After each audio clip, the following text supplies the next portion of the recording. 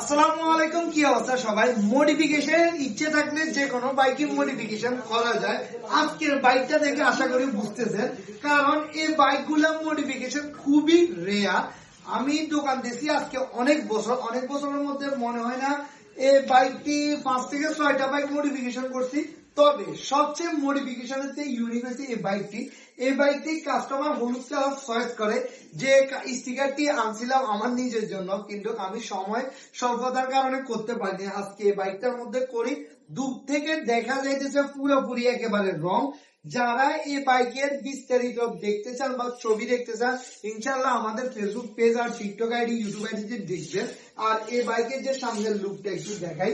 হলুদ কালারের মধ্যে কিন্তু ব্ল্যাক কালার খুবই জোস একটা কম্বিনেশনে আসে। এই যে ডিএলএল এগুলো খুব, আর আমাদের স্টিকার আমরা জোড়াতালি দিই না, এই কারণে স্টিকার গুলো দেখতে আরো জোস একটা লুকে চলে আসে, আপনারা সবাই জানেন। তো যারা এরকম বাইককে নিজের মতো করে নিজের স্টাইলে সাজাতে চান, চলে আসবেন আমাদের সব নুসরাত স্টিকার হাউসে। সবাই ভালো থাকবেন, সুস্থ থাকবেন। দেখা হবে এরকম আরেকটি বাইকের নতুন ভিডিও নিয়ে। আল্লাহ হাফেজ।